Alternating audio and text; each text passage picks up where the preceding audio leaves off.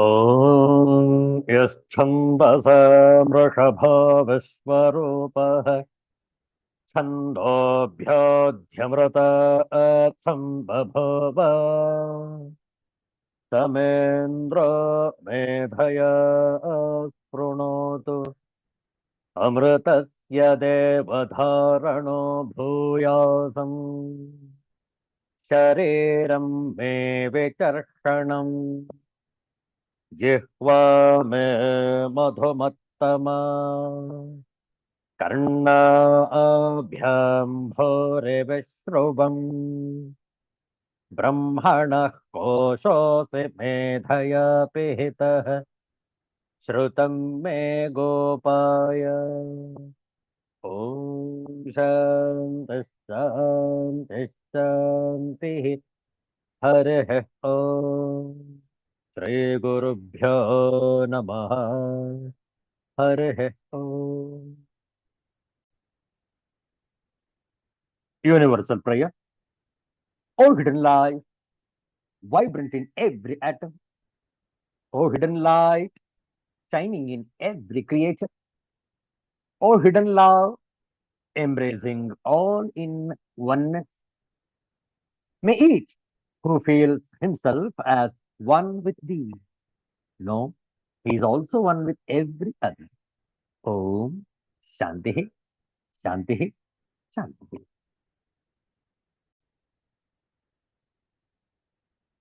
ಇಂದು ಮಾಘ ಬಹುಳ ಸಪ್ತಮಿ ಆದಿತ್ಯವಾಸರ February ತಿಂಗಳ 8ನೇ ತಾರೀಕು 2026ನೇ ಇಸವಿ. ಈ ಶ್ರೇಷ್ಠವಾದ ಆದಿತ್ಯವಾರದಂದು ಈ ಮುಸ್ಸಂಜೆಯಲ್ಲಿ ಆದಿತ್ಯ ಹೃದಯಂ ಈ ಭಾಗದ ಕೆಲವು ಶ್ಲೋಕಗಳ ಪಾರಾಯಣ ಶ್ರದ್ಧೆಯಿಂದ ಆಲಿಸುವಂತವರಾಗಿ ಆದಿತ್ಯ ಹೃದಯಂ.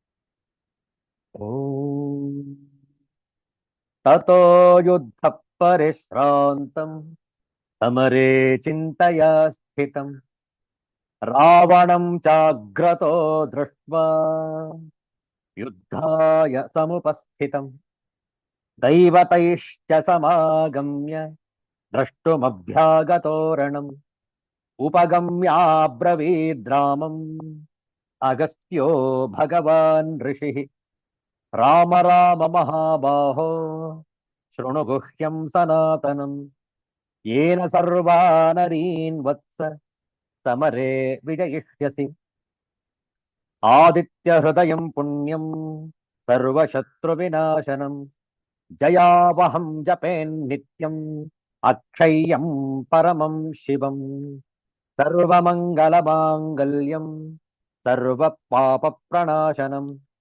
चिन्ताशोकप्रशमनम् आयुर्वर्धनमुत्तमं रश्मिमन्तं समुद्यन्तं देवासुरनमस्कृतं पूजयस्व विवस्वन्तं भास्करं भुवनेश्वरं सर्वदेवात्मको ह्येषः तेजस्वी रश्मिभावनः एष देवासुरगणान् लोकान् पाति गभस्तिभिः एष ब्रह्मा च विष्णुश्च शिवः स्कन्दः प्रजापतिः महेन्द्रो धनदः कालः यमः सोमो ह्यपम्पतिः पितरो वसवः साध्याः अश्विनौ मरुतो मनुः वायुर्वह्निः प्रजा प्राणः ऋतुकर्ता प्रभाकरः आदित्यः सविता सूर्यः खगः कोशागभस्तिमान् सुवर्णसदृशो भानुः स्वर्णरेता दिवाकरः. ॐ शान्तिः शान्तिः शान्तिः हरिः ॐ श्रीगुरुभ्यो नमः हरिः ॐ. 2 ನಿಮಿಷ ನಾಮಜಪ ನಾವು ಹೇಳಿಕೊಟ್ಟ ನಂತರ ತಾವು ಪುನರಾವರ್ತಿಸಬಹುದು. ಓಂ ದಿಗಂಬರ ದಿಗಂಬರ ಶ್ರೀಪಾದವಲ್ಲಭ ದಿಗಂಬರ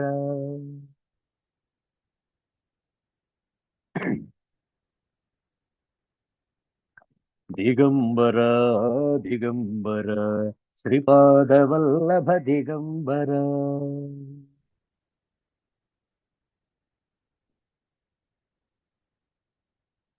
ದಿಗಂಬರ ದಿಗಂಬರ ಶ್ರೀಪಾದವಲ್ಲಭ ದಿಗಂಬರ.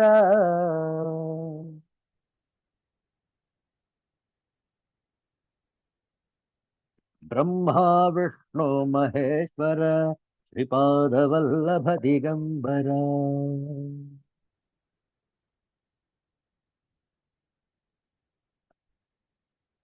ದಿಗಂಬರ ದಿಗಂಬರ ಶ್ರೀಪಾದವಲ್ಲಭ ದಿಗಂಬರ.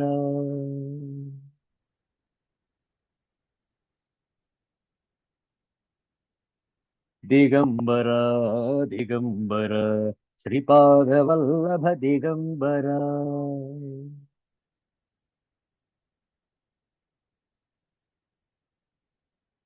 ದಿಗಂಬರ ದಿಗಂಬರ ಶ್ರೀಪಾದವಲ್ಲಭ ದಿಗಂಬರ.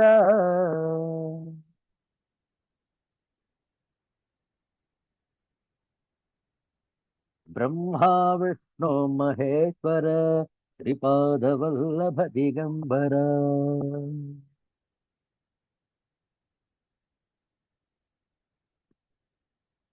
ಬ್ರಹ್ಮ ವಿಷ್ಣು ಮಹೇಶ್ವರ ಶ್ರೀಪಾದವಲ್ಲಭ ದಿಗಂಬರ.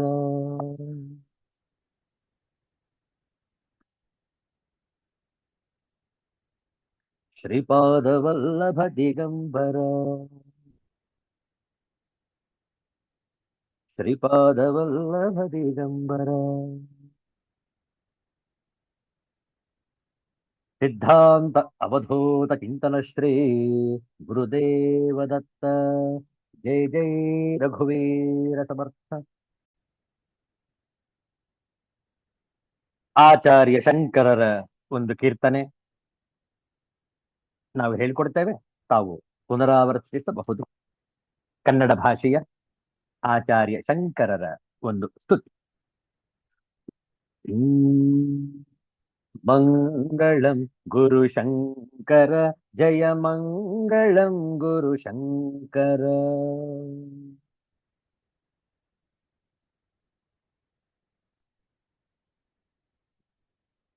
ಸಂಗರಹಿತ ಮುನಿ ಪುಂಗವ ವಂದಿತ. ಸಂಗರಹಿತ ಮುನಿ ಪುಂಗವ ವಂದಿತ. ಮಂಗಳಂ ಗುರು ಶಂಕರ ಜಯ ಮಂಗಳಂ ಗುರು ಶಂಕರ.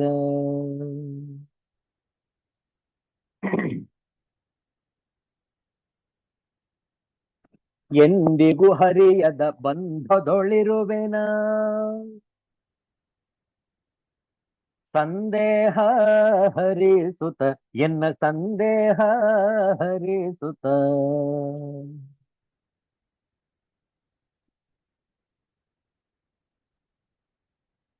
ಕುಂದದ ಬ್ರಹ್ಮಾನಂದದಿ ಬೆರೆಸಿದೆ. ಮಂಗಳಂ ಗುರು ಶಂಕರ ಜಯ ಮಂಗಳಂ ಗುರು ಶಂಕರ.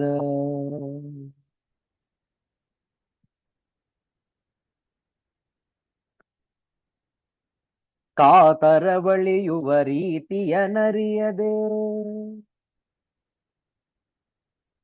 ಭೀತಿಯಂ ತಪ್ಪಿಸುವ ಭವ ಭೀತಿಯಂ ತಪ್ಪಿಸುವ.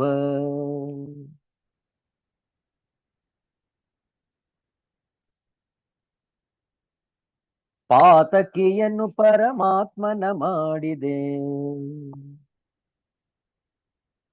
ಮಂಗಳಂ ಗುರು ಶಂಕರ ಜಯ ಮಂಗಳಂ ಗುರು ಶಂಕರ.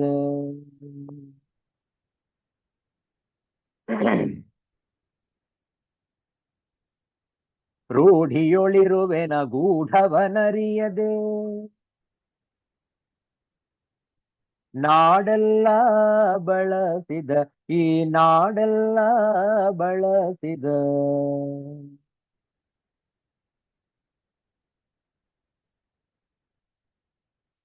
ಮೂಢನ ಪರಮಾರೂಢನ ಮಾಡಿದೆ.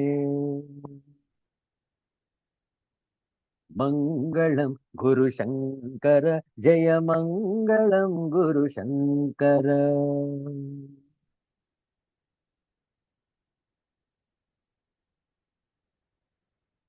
तामसवर्जित कामितदायक सोमशेखर निभ जय सोमशेखर निभ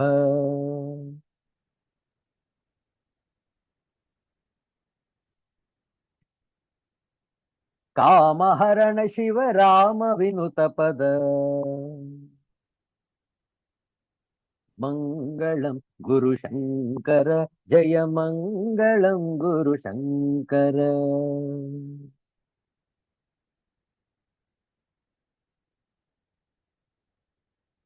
मङ्गलं गुरुशङ्कर जय मङ्गलं गुरुशङ्कर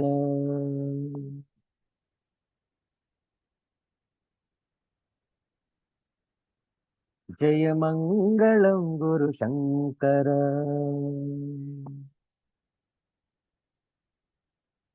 सिद्धान्त अवधूत चिंतन श्री गुरुदेव दत्त जय जय रघुवीर समर्थ श्री सद्गुरुनाथ महाराज की जय। हर हर नमः पार्वती पतये हर हर महादेव शंभो। ಶ್ರೀಮದ್ಭಗವದ್ಗೀತೆಯ ಷೋಡಶೋಧ್ಯಾಯದ ಕೆಲವು ಶ್ಲೋಕಗಳ ಪಾರಾಯಣ ಹೇಳಿಕೊಟ್ಟ ನಂತರ ಪುನರಾವರ್ತನೆ. ಓಂ ಶ್ರೀ ಪರಮಾತ್ಮನೇ ನಮಃ.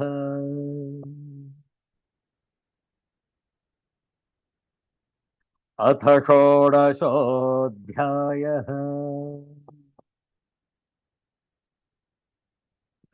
दैवासुर संपद्विभाग योगः।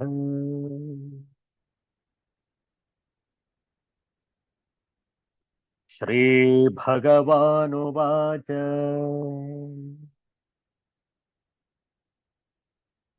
अनेक चित्त विभ्रान्ताः मोहजाल समावृताः प्रसक्ताः कामभोगेषु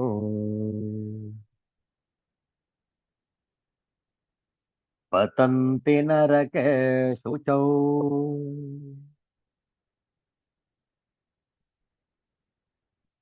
आत्मसम्भाविताः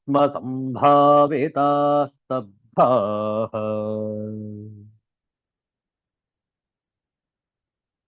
धनमानमदान्विताः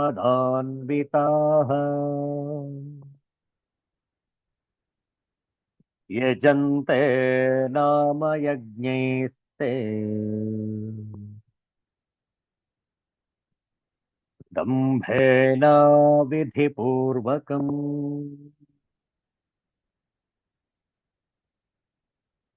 अहङ्कारं बलं दर्पम् कामं क्रोधं च संश्रिताः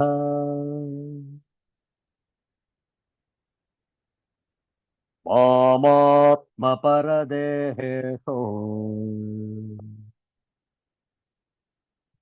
प्रद्विषन्तोऽभ्यसूयकाः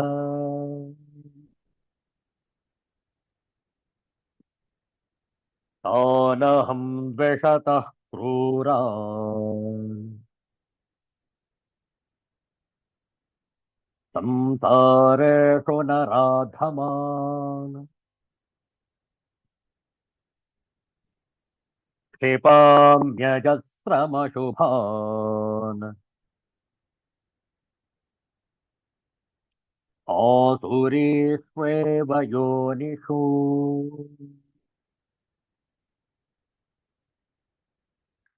आसुरीं योनिमापन्नाः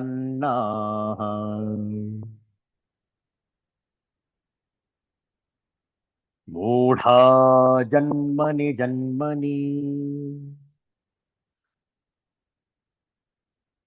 मामप्राप्यैव कौन्तेय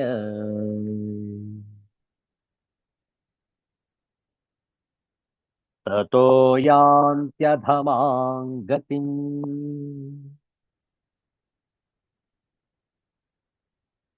हे कुंती पुत्र, ऐसे व्यक्ति आसुरी योनि में बारंबार जन्म ग्रहण करते हुए कभी भी मुझ तक पहुंच नहीं पाते।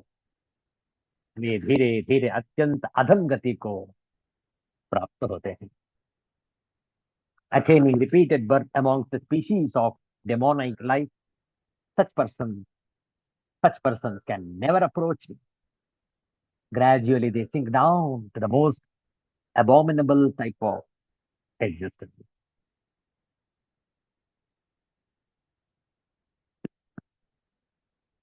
ಅಹಂಕಾರ, ಬಲ, ದರ್ಪ, ಕಾಮ, ಕ್ರೋಧ, ಗುರು ಹಿರಿಯರಲ್ಲಿ ದ್ವೇಷ, ಸದ್ಗುಣಗಳ ಅಸಹನೆ, ಪರಪೀಡನೆ ಮುಂತಾದ ಪ್ರಬಲವಾದ ಚಟಗಳಿಂದ, ದುಶ್ಚಟಗಳಿಂದ ಕೂಡಿದ ಇವರು ಇತರರನ್ನು ನಿಂದಿಸುತ್ತಾ ಎಲ್ಲರೊಳಗೂ ಅಂತರ್ಯಾಮಿಯಾಗಿ ನೆಲೆಸಿರುವ ಭಗವಂತನನ್ನು ಉಪೇಕ್ಷಿಸಿ ದ್ವೇಷಿಸುತ್ತಾರೆ. ಇಂತಹ ಪಾಪಿಗಳು, ದುರಾಚಾರಿಗಳು, ಕ್ರೂರಿಗಳೂ ಆದ ನರಾಧಮರನ್ನು ನರಿ, ನಾಯಿ, ಹಂದಿ ಮುಂತಾದ ನೀಚ ಆಸುರಿ ಯೋನಿಗಳಲ್ಲಿ ಪದೇ ಪದೇ ಹುಟ್ಟುವರು. ಅವರು ತಮ್ಮ ಮುಂದಿನ ಜನ್ಮಗಳಲ್ಲಿಯೂ ಭಗವಂತನನ್ನು ಪಡೆಯಲು ಪ್ರಯತ್ನಿಸದೆ ಒಂದಕ್ಕಿಂತ ಇನ್ನೊಂದು, ಇನ್ನೊಂದಕ್ಕಿಂತ ಮತ್ತೊಂದು ಅಧಮ ಗತಿಯನ್ನು ಪಡೆಯುತ್ತಾ ಘೋರವಾದ ನರಕಗಳಲ್ಲಿ ಬೀಳುತ್ತಿರುತ್ತಾರೆ. ವಿಚಾರ ಮಾಡಿ, ಎಷ್ಟು ಹೇಳಿದರೂ ಕೂಡ ಬುದ್ಧಿಯನ್ನು ತಿಳಿದುಕೊಳ್ಳದೆ ಅವರದೇ ಧೋರಣೆಯಲ್ಲಿ ನಾನು ಮಾಡಿದ್ದೇ ಸರಿ, ನನ್ನದೇ ಅಹಂಕಾರ, ನನ್ನದು ದರ್ಪ, ನನ್ನ ಬಲ ಅಂತ ಯಾರಿರ್ತಾರೆ ಅವರ ಅಧೋಗತಿಯನ್ನು ತಡೆಯಲು ಯಾರ ಕೈಲೂ ಕೂಡ ಸಾಧ್ಯವಾಗುವುದಿಲ್ಲ. ವಿಚಾರ ಮಾಡಿ.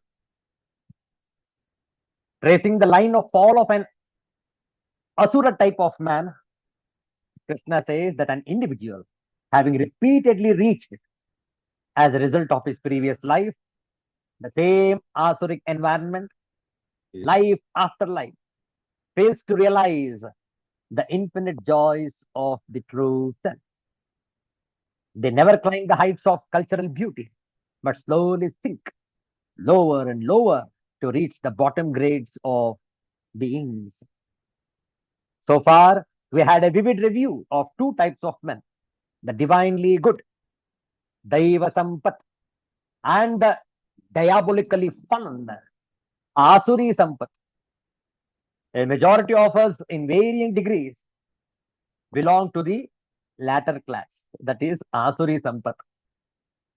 As a spiritual seeker is never satisfied merely with the theoretical explanations and descriptions, Krishna now advises the entire mankind through Arjuna on how even he who has fallen so hopelessly to the Asuric level can also learn to climb up and steadily progress in his spiritual evolution. None is eternally condemned, nor does anyone deserve a perpetual hell. Such a view is illogical and philosophic and stupid. Describing the technique of hastening one's evolution, the divine charioteer says, what is the cause for this demonic life? Please see the next verse, the 21st verse of the 16th chapter. Kindly repeat after me. त्रिविधं नरकस्येदम् वारं नाशनमात्मनः कामः क्रोधस्तथा लोभः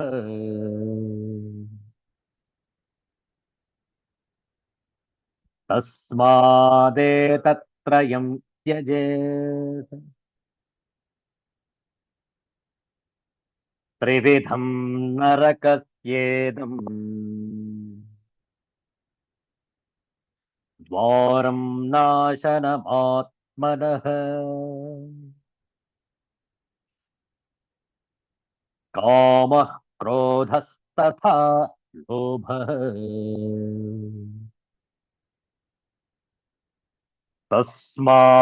तस्मादेतत्त्रयं त्यजेत्।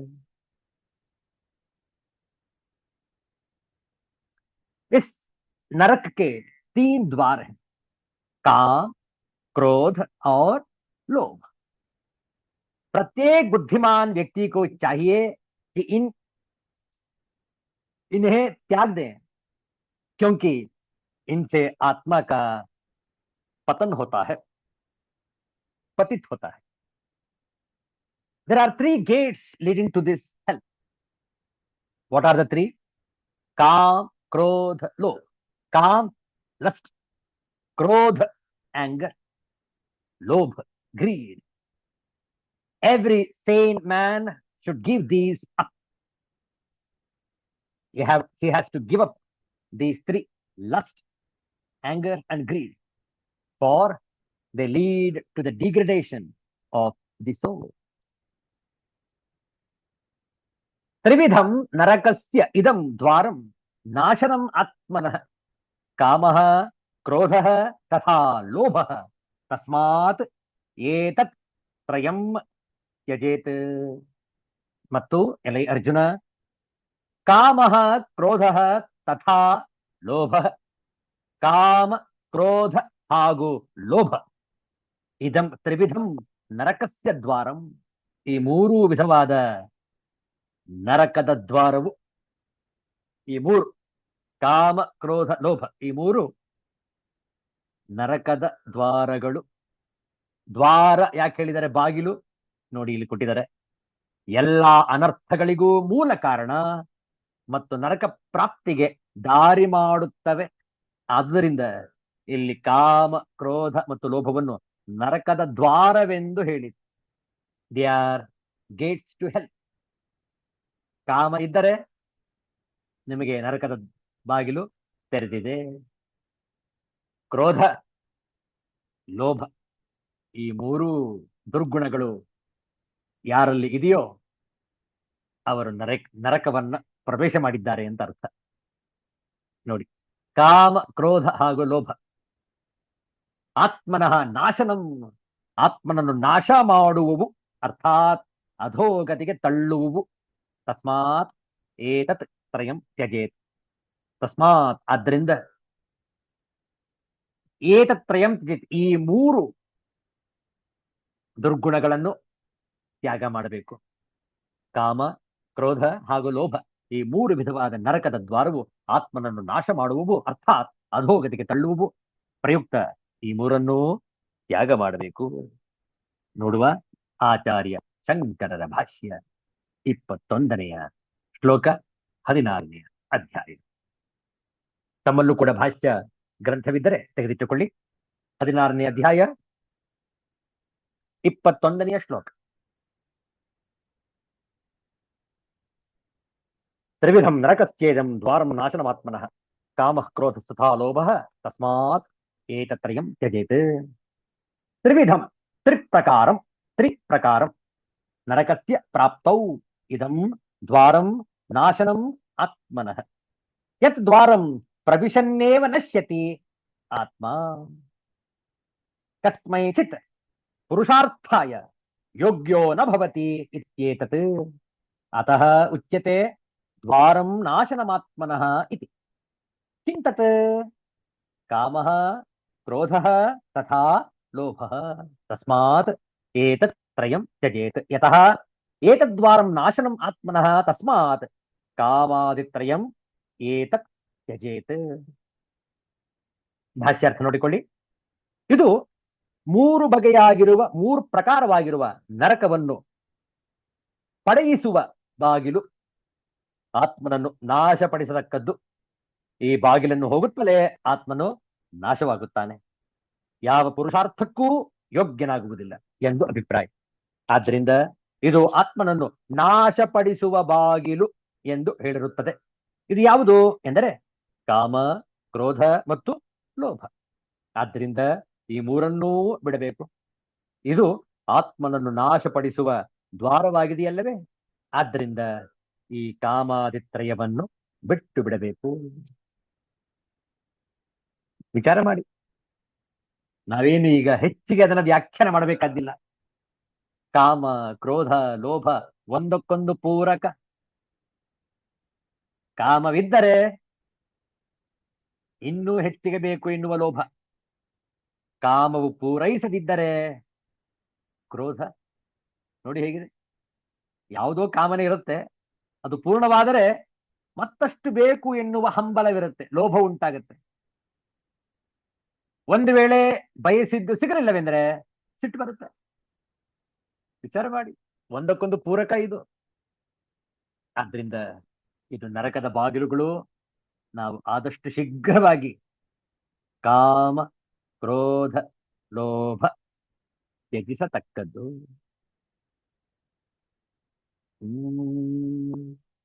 ಆಳವನ್ನು ನೋಡಿ ಬಗೆದಾಡುವ ಮಾತಿಂಗೆ ರೂಢಿಯರ್ಥವದೊಂದು, ಗೂಢಾರ್ಥವೊಂದು. ವಾರಿಧಿಯ ದಾಂಟು ಉಡುಪಕ್ಕೆ ಗಾಳಿಪಟ ಒಂದು, ಕೋಲು ಹುಟ್ಟೊಂದು ಬಲ ಮಂಕುತಿಮ್ಮ. ಕೋಲು ಹುಟ್ಟೊಂದು ಬಲ ಮಂಕುತಿಮ್ಮ, ಮಂಕುತಿಮ್ಮ. ಬಹಳ ಸುಂದರವಾದ ದೃಷ್ಟಾಂತವನ್ನು ಕೊಟ್ಟಿದ್ದಾರೆ ಡಾಕ್ಟರ್ ಡಿ ವಿ ಗುಂಡಪ್ಪನವರು. ದೋಣಿ ಸಾಗುತ್ತೆ ತೆಪ್ಪ.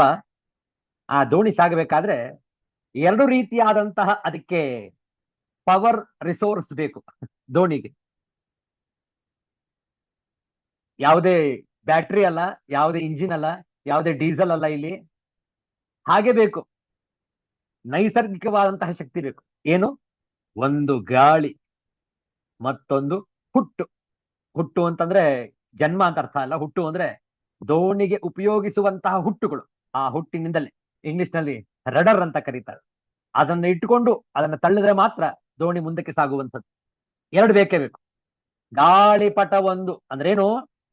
ಆ ದೋಣಿಗೆ ಒಂದು ಬಟ್ಟೆಯನ್ನ ಕಟ್ಟಿರ್ತಾರೆ, ದೊಡ್ಡದಾಗಿರುತ್ತೆ. ಗಾಳಿ ಬೀಸಿದಾಗ ಅದನ್ನ ಹೇಗೆ ಯಾವ ಕಡೆಗೆ ಹೋಗಬೇಕೋ ಆ ಕಡೆಗೆ ಆ ಬಟ್ಟೆಯನ್ನು ತಿರುಗಿಸ್ಬೇಕು. ಆಗ ಆ ಕಡೆಗೆ ದೋಣಿ ತಿರುಗಿಕೊಂಡು ಹೋಗುತ್ತೆ. ದೋಣಿ ಮುಂದಕ್ಕೆ ಸಾಗಬೇಕು. ಹುಟ್ಟನ್ನು ನಾವು ನೀರಿನ ಅಡಿಯಲ್ಲಿ ತಳ್ತಾ ಇರಬೇಕು. ಹಾಗೆ ಯಾರಾದ್ರೂ ಒಂದು ವಿಚಾರವನ್ನ ಮಾತಾಡ್ತಾ ಇದ್ರೆ ಹಿರಿಯರು, ಗುರುಗಳು, ಸದ್ಗುರುಗಳು, ಜಗದ್ಗುರುಗಳು, ಅದರಲ್ಲಿ ಎರಡು ವಿಧ ಇದೆ. ಒಂದು ವಾಚಿಕ ಶಬ್ದಾರ್ಥ, ಕೇವಲ ಒಂದು ವರ್ಡ್ ಮೀನಿಂಗ್, ಆ ಪದಕ್ಕೆ ಅರ್ಥ. ಮತ್ತೊಂದು ಗೂಢಾರ್ಥ. ಇಂಗ್ಲಿಷ್ ಹೇಳ್ತೇವೆ one is word meaning, other is implied meaning. ಹೀಗೆ ದೋಣಿ ಸಾಗಬೇಕಾದ್ರೆ ಎರಡು ಶಕ್ತಿ ಹೇಗೆ ಅಗತ್ಯವೋ ಅದೇ ರೀತಿಯಲ್ಲಿ ಒಬ್ಬರು ಹಿರಿಯರು, ಗುರುಗಳು ವ್ಯಾಖ್ಯಾನ ಮಾಡ್ತಾ ಇದ್ರೆ ಅದರಲ್ಲಿ ಎರಡು ಅರ್ಥ ಇರುತ್ತೆ. ಒಂದು ಪದದ ಅರ್ಥ, ಮತ್ತೊಂದು ಲಕ್ಷ್ಯಾರ್ಥ. ಇದನ್ನು ಹೇಳುತ್ತಾ ಈ ದೃಷ್ಟಾಂತವನ್ನು ಕೊಟ್ಟಿದ್ದಾರೆ ಮಾನ್ಯ ಗುಂಡಪ್ಪನವರು ಈ ಮುಕ್ತಕದಲ್ಲಿ. ಬಗೆದಾಡುವ, ಬಗೆದು ಆಡುವ. ರೂಢಿಯರ್ಥವದೊಂದು, ರೂಢಿಯ ಅರ್ಥವು ಅದೊಂದು. ಗೂಢಾರ್ಥ ಒಂದು, ಗೂಢ ಅರ್ಥವು ಒಂದು. ದಾಂಟು ಉಡುಪಕ್ಕೆ, ದಾಂಟು ಉಡುಪಕ್ಕೆ, ದಾಂಟುವ ಉಡುಪಕ್ಕೆ. ಉಡುಪ ಅಂತಂದ್ರೆ ಇಲ್ಲಿ ತೆಪ್ಪ, ದೋಣಿ ಅಂತ ಅರ್ಥ. ಹುಟ್ಟೊಂದು, ಹುಟ್ಟು ಒಂದು. ಬಗೆದು ಪರೀಕ್ಷಿಸಿ, ಆಳವನ್ನು ನೋಡಿ ಬಗೆದಾಡುವ ಮಾತಿಂಗೆ. ಆ ಮಾತಿನಲ್ಲಿ ತೂಕ ಇರುತ್ತೆ, ಅದನ್ನು ನಾವು ಪರೀಕ್ಷಿಸಿ ಅರ್ಥ ಮಾಡ್ಕೊಳ್ಬೇಕು. ದಾಂಟುವ, ದಾಟುವ. ಉಡುಪ, ತೆಪ್ಪ, ದೋಣಿ, ಹಡಗು. ದ್ವೀಪ, ಸುತ್ತ ನೀರಿದ್ರೆ ಅದು ದ್ವೀಪ, ಒಂದು ಐಲ್ಯಾಂಡ್ ಅಂತ ಹೇಳ್ಬೋದು. ಬಹಳ ಚೆನ್ನಾಗಿದೆ. ಇದರ ಆಂಗ್ಲ ಅರ್ಥವನ್ನು ಕೂಡ ನೋಡೋಣ. ಬಹಳ ಚಂದ ಇದೆ ದೃಷ್ಟಾಂತ. When one thinks a lot and speaks like the sages did, their words will have more than one meaning. One that is apparent and simple, and another which is involved and mysterious, implied. Understanding both will help us cross this ocean of samsara, worldly miseries. Just like the boat requires both the sail that is apparent and the rudder hidden in the water to let the boat move. Mankutimma. ನಾವು ಹೇಳುವ, ನಾವು ಕೇಳುವ ಮಾತನ್ನು ಆಳವಾಗಿ ಪರೀಕ್ಷಿಸಿ ನೋಡಿದರೆ ಮೇಲ್ನೋಟಕ್ಕೆ ಒಂದು ಅರ್ಥ ಕಂಡರೆ ಒಳನೋಟಕ್ಕೆ ಬೇರೆ ಅರ್ಥವಿರುವುದು. ಸಾಗರವ ದಾಟುವ ಹಡಗಿಗೆ ಮೇಲಿಂದ ದಿಕ್ಕನ್ನು ಸೂಚಿಸುವ ಹಾಯಿ ಅಥವಾ ಗಾಳಿಪಟದ ಮತ್ತು ಅಡಿಯಲ್ಲಿ ಬಲದಿಂದ ಹಾಕುವ ಹುಟ್ಟಿನ ಬಲವಿದ್ದಂತೆ ನಾವು ಆಡುವ ಅಥವಾ ಕೇಳುವ ಮಾತಿಗೆ ರೂಢಿಯಲ್ಲಿರುವ ಅರ್ಥವು ಒಂದಿದ್ದರೆ ಗಹನವಾದ ವಿಚಾರದಿಂದ ಕೂಡಿದ ಮತ್ತೊಂದು ಅರ್ಥವಿರುತ್ತದೆ ಎಂದು ಮಾತು ಮತ್ತು ಅದರ ಅರ್ಥದ ವಿಶ್ಲೇಷಣೆ ಮಾಡಿದ್ದಾರೆ ಮಾನ್ಯ ಗುಂಡಪ್ಪನವರು ಈ 558ನೇ ಮುಕ್ತಕದಲ್ಲಿ. ಆಳವನು ನೋಡಿ ಬಗೆದಾಡುವ ಮಾತಿಂಗೆ ರೂಢಿಯರ್ಥವದೊಂದು ಗೂಢಾರ್ಥವೊಂದು, ವಾರಿಧಿಯ ದಾಂಟು ಉಡುಪಕ್ಕೆ ಗಾಳಿಪಟ ಒಂದು, ಕೋಲು ಹುಟ್ಟೊಂದು ಬಲ ಮಂಕುತಿಮ್ಮ. ಮಂಕುತಿಮ್ಮ ಅಂತರಂಗದ ಭಾವವನ್ನು ಮತ್ತು ಕೃತಿ ಮತ್ತು ಸಂಜ್ಞೆಗಳಿಂದ ವ್ಯಕ್ತಪಡಿಸಬಹುದು. ಅಂತರಂಗದ ಭಾವವನ್ನು ಮಾತು ಮತ್ತು ಕೃತಿ ಮತ್ತು ಸಂಜ್ಞೆಗಳಿಂದ ವ್ಯಕ್ತಪಡಿಸಬಹುದು. ವ್ಯಕ್ತಪಡಿಸುವ ಮಾಧ್ಯಮವು ಯಾವುದೇ ಆದರೂ ಅದಕ್ಕೆ ಎರಡು ಅರ್ಥಗಳಿರುತ್ತವೆ. ಮೇಲುನೋಟಕ್ಕೆ ಕಾಣುವ ಅರ್ಥವೇ ಒಂದಾದರೆ ಒಳಗಿನ ಆಂತರ್ಯವೇ ಬೇರೆಯಾಗಿರುತ್ತದೆ. ನಾವು ಕೇಳಿದ ಮಾತುಗಳಿಗೆ ಪ್ರತಿಕ್ರಿಯಿಸುತ್ತೇವೆ. ನಾವು ಕೇಳಿದ ಮಾತನ್ನು ನಾವು ಹೇಗೆ ಅರ್ಥೈಸಿಕೊಂಡಿದ್ದೇವೆ ಎನ್ನುವುದರ ಮೇಲೆ ನಮ್ಮ ಪ್ರತಿಕ್ರಿಯೆ ಆಧರಿಸಿರುತ್ತದೆ. ಆದರೆ ಅರ್ಥವನ್ನು ಬಗೆಯದೆ ಅಥವಾ ಬಗೆಯಲು ಕ್ಷಮತೆಯ ಕೊರತೆಯಿಂದ ನಾವು ಬಹಳಷ್ಟು ಬಾರಿ ಅಪಾರ್ಥ ಮಾಡಿಕೊಂಡು ಪ್ರತಿಕ್ರಿಯಿಸುತ್ತೇವೆ. ಅಲ್ಲಿ ನಮ್ಮ ಪ್ರತಿಕ್ರಿಯೆಗೆ ಆ ಮಾತಿನ ನಿಜಾರ್ಥದ ಬಲವಿರುವುದಿಲ್ಲ. ಅಂತಹ ಸಂದರ್ಭದಲ್ಲಿ ನಮ್ಮ ಪ್ರತಿಕ್ರಿಯೆ ಸೂಕ್ತವಾಗಿರುವುದಿಲ್ಲ. ಮೇಲ್ನೋಟಕ್ಕೆ ಕಾಣುವ ಮಾತಿನ ಅರ್ಥವನ್ನು ಬಗೆದು ನೋಡಿ ಗೂಢಾರ್ಥವನ್ನು ಅರಿತು ನಮ್ಮ ಪೂರ್ವ ಅನುಭವದಿಂದ ನಮ್ಮ ಮನದಲ್ಲಿ ಮನೆ ಮಾಡಿರುವ ಅರ್ಥವನ್ನು ತುಲನೆ ಮಾಡಿದಾಗ ನಮಗೆ ಸತ್ಯದ ಅರಿವಾಗಬಹುದು. ನಮ್ಮ ಗುರಿ ಸತ್ಯವನ್ನು ಅರಿಯುವುದಾದರೆ ಈ ಪ್ರಯತ್ನ ಸಫಲವಾಗುತ್ತದೆ. ಹಾಗಲ್ಲದೆ ಪೂರ್ವಾಗ್ರಹ ಪೀಡಿತರಾಗಿ ಅಪಾರ್ಥವನ್ನು ಕಲ್ಪಿಸಿಕೊಂಡರೆ ಅನರ್ಥವಾಗುತ್ತದೆ. ಒಂದು ಹಡಗು ಅಥವಾ ದೋಣಿ ಮುಂದೆ ಹೋಗಲು ಹೇಗೆ ವಸ್ತ್ರಪಟ ಮತ್ತು ಹುಟ್ಟು ಎರಡರ ಬಲವೂ ಬೇಕೋ ಹಾಗೆ ಸತ್ಯವನ್ನು ಅರಿಯುವ ಪ್ರಯತ್ನದಲ್ಲಿ ನಮಗೆ ಸಾಮಾನ್ಯ ಅರ್ಥ ಮತ್ತು ಗೂಢಾರ್ಥ ಎರಡರ ಬಲವಿರಬೇಕು ಎಂಬುದೇ ಈ ಮುಕ್ತಕದ ಪೂರಣ. ಸತ್ಯವರಿಯಬೇಕಾದರೆ ಅಹಂಕಾರವನ್ನು ಮತ್ತು ಆ ಅಹಂಕಾರ ಜನಿತವಾದ ಪೂರ್ವಾಗ್ರಹವನ್ನು ತ್ಯಜಿಸಬೇಕು. ಆದರೆ ಇವುಗಳನ್ನೆಲ್ಲ ಹೇಳುವುದು ಸುಲಭವಾದರೂ ಆಚರಣೆಯಲ್ಲಿ ತರುವುದು ಕಷ್ಟ ಸಾಧ್ಯವೇ.